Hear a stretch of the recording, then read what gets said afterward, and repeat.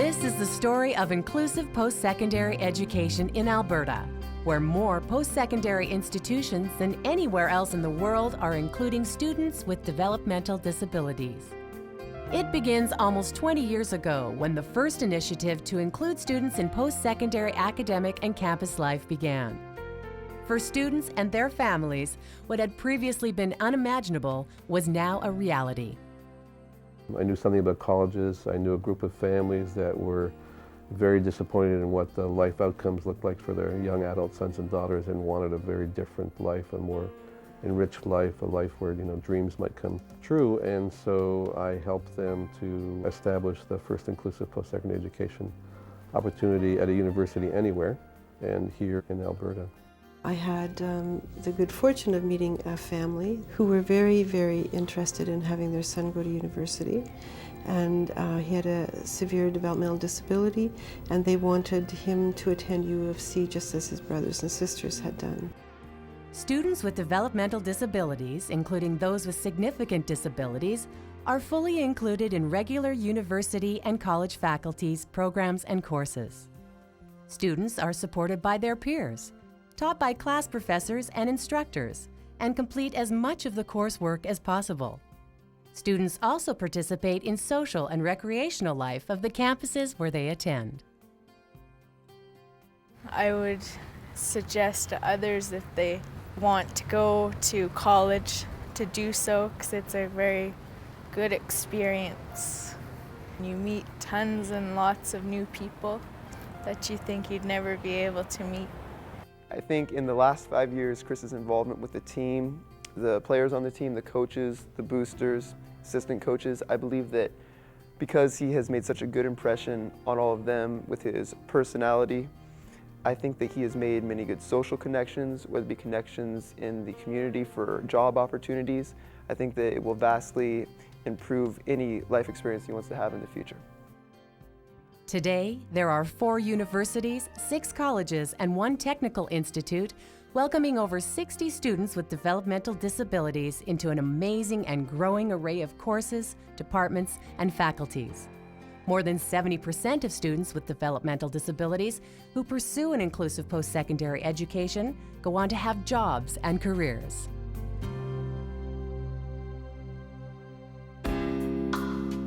Funding is provided to enable each post-secondary initiative to have a small complement of staff to facilitate inclusion on campus. It is likely that in the near future, every post-secondary institution in Alberta will offer inclusive post-secondary opportunities. We support inclusive post-secondary education because post-secondary education is important, and it's important that as many people who can benefit from post-secondary education have the opportunity. And so we exist because our job is to give our students, and that means all of our students, as many opportunities to grow and to learn, to prepare themselves for the world ahead. The notion of a university, and particularly one that's a provincial institution, is that it's supposed to serve the whole community in a lot of ways and not just enrich knowledge for a very small minority. And so what we do for the community in general, I think, is an important part of what we do and helps us meet that mission.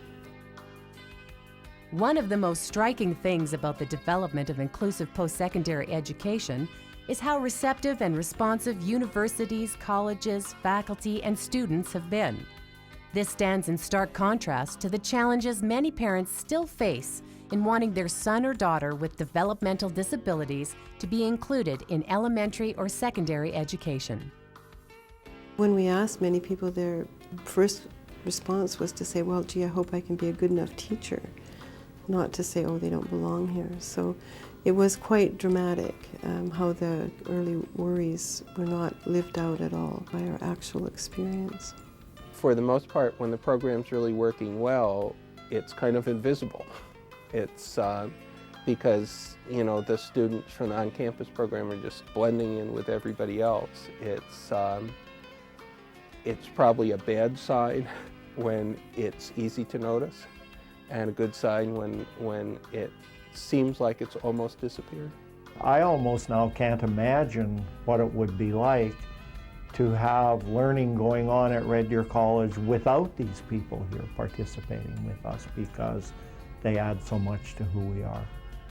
What I found striking is how the instructors talk about how this has enriched the learning experience and has stimulated the learning experience for everyone in the classroom. Each and every student with developmental disabilities pursues their own individualized course of studies. Support in the classroom is offered by their non-disabled peers. There is never a shortage of university or college students willing to support a student with developmental disabilities. Working with Heather, she's kind of quiet, like she's opened up now, but this is towards the end of the semester. She was pretty reclusive at the start. It's a chance for someone like Stephen to develop a different kind of relationship that they might not normally have had an opportunity to. I think it broadens them out in terms of not only the educational experience, but also I think broadens them out as a human being. I've found like there's some stuff that I didn't know about that she's actually shown me. She has a job outside of school in an art store, and I'm assuming it might be through that, or maybe from one of her other classes. She knew some stuff about painting and just how to mix paints that I had no idea what to do. So I get to learn from her as I guess I'm helping her. I get support with my studying, my assignments, getting to know my peers in my class. What kind of classes are we doing now? Music. Music, yeah. And what's the other one? And we're doing that comparative literature class. Yeah. If people are interested in participating in a class that I'm involved in, I see no reason to deny them that opportunity, because obviously there's an interest there on their part.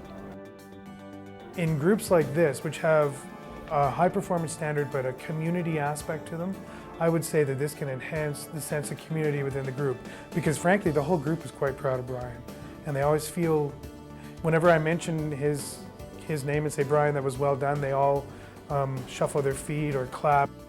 Building community within your ensemble is a fantastic thing, so I would strongly urge anyone who has the opportunity to do this, it's going to be just nothing but good for the ensemble.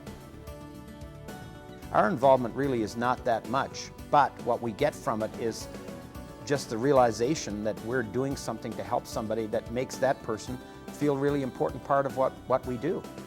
I mean, it's been a great opportunity not only for Chris. I mean, I know Chris loves it and has a great time, but we love Chris as well, you know, and so I think it's been mutually beneficial. I'm going to go here at the college, and I love it. When I first came here, I was nervous, but after I started fitting in here, I started to love it here.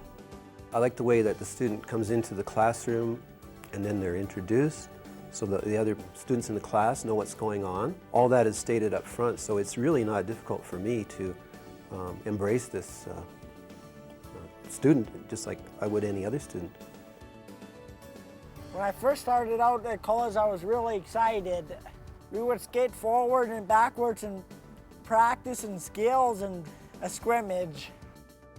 The class absolutely loves having Steve in there. It's, you know, he's a delightful personality and he's very easy to get along with. He keeps things entertaining and upbeat, and the guys and the girls in the class react very well to him. Everybody's willing to help out. There was never a situation where there was always the same person helping him through the drills. I think it was a real positive experience for everybody. He's there to learn, you know, he listens, and this is a good thing for everybody, because, you know, disruptions in the class are uncalled for, and Steve hasn't ever disrupted our class. He's a positive influence on our class. Students' experiences don't stop with academics. A big part of the post-secondary experience includes involvement in campus life outside of the classroom. Steve is part of what they do on their free time, and if that isn't belonging, then I don't know what is. He's got that positive aspect, and everyone is his friend, and everyone knows him, and just something you strive for. You know, everyone wants to be liked, and Steve is that guy. Honestly, I've had opportunities to get to know people with disabilities in the past, but never been interested in it, not thinking they had really anything to offer me. Very selfish viewpoint, I know, but given the opportunity, I feel that I've learned a lot, because Chris has a lot to offer. So it's been a great learning experience for me, and life experience even beyond gaining a friend. I've had occasion to speak to students, to the faculty members, and all of them describe it as a learning experience and a growing experience, a maturing experience for everyone concerned. All I could tell another parent is that it has the potential to change your child's life as well as your own life. I never even graduated grade 12. So to see my son finish grade 12 and then go to college, it's very exciting. We're very proud. We're bragging all the time.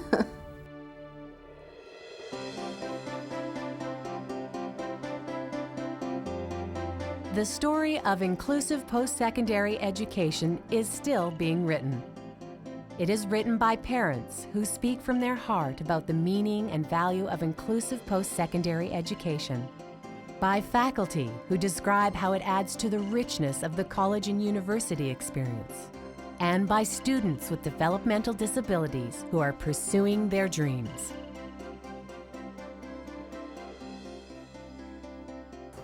Crossing the stage was a really cool and great experience. I felt that the chair of my program was proud of me and my family was proud of me. Convocation was a very rewarding, wonderful experience. We were so proud of her. It was just an experience of a lifetime that we never thought was possible for our daughter. Well, we've always said people with developmental disabilities are limited, by our opinions and reflections on who they are. That not only is inclusive post-secondary education clearly challenged that, but in fact, I think it really challenges the whole idea of the nature of developmental disability.